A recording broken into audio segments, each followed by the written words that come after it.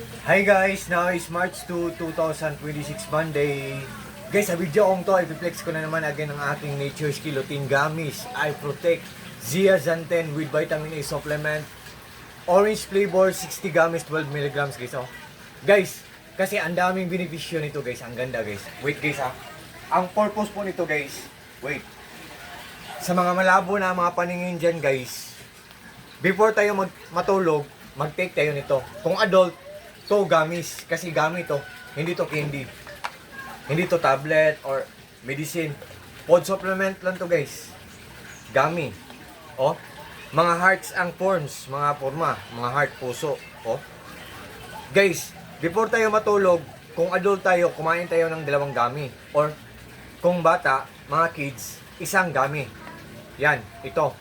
Kasi, kung malabo na ang paningin ng adult or ng bata, tumutulong to na maging malinaw ang paningin ng adult or ng bata. At tumutulong din to na magbigay ng mahimbing na tulog sa adult or sa bata kung hindi tayo makatulog sa gabi ng maayos. Yan. Guys, believe me or not guys, kung nagdadalawang isip kayo, tip ko sa inyo, tingnan nyo ang mga reviews, mga comments, or mga reactions guys. Kung maganda tapos mura, guys, itry nyo guys para sa sarili nyo or mag-order kayo para sa mga mahal nyo sa buhay guys. At saka guys, meron din akong tips sa inyo na isa guys. May 2 pa. Kasi guys, pag nag-order din kayo nito, tingnan nyo ang cup kung merong silyo. Yan. Like this one, oh. Silyo. At tingnan nyo ang likod kung may black. Kasi ang black, expiration date yan. Ang silyo at ang black, ang silyo at ang expiration date, yan ang nagpapatunay na ang product na natanggap nyo po ay isang genuine or original or authentic or legit. At saka guys, meron pa isang tip guys. Ang daming nag-i-imitate nito, ang daming piki nito.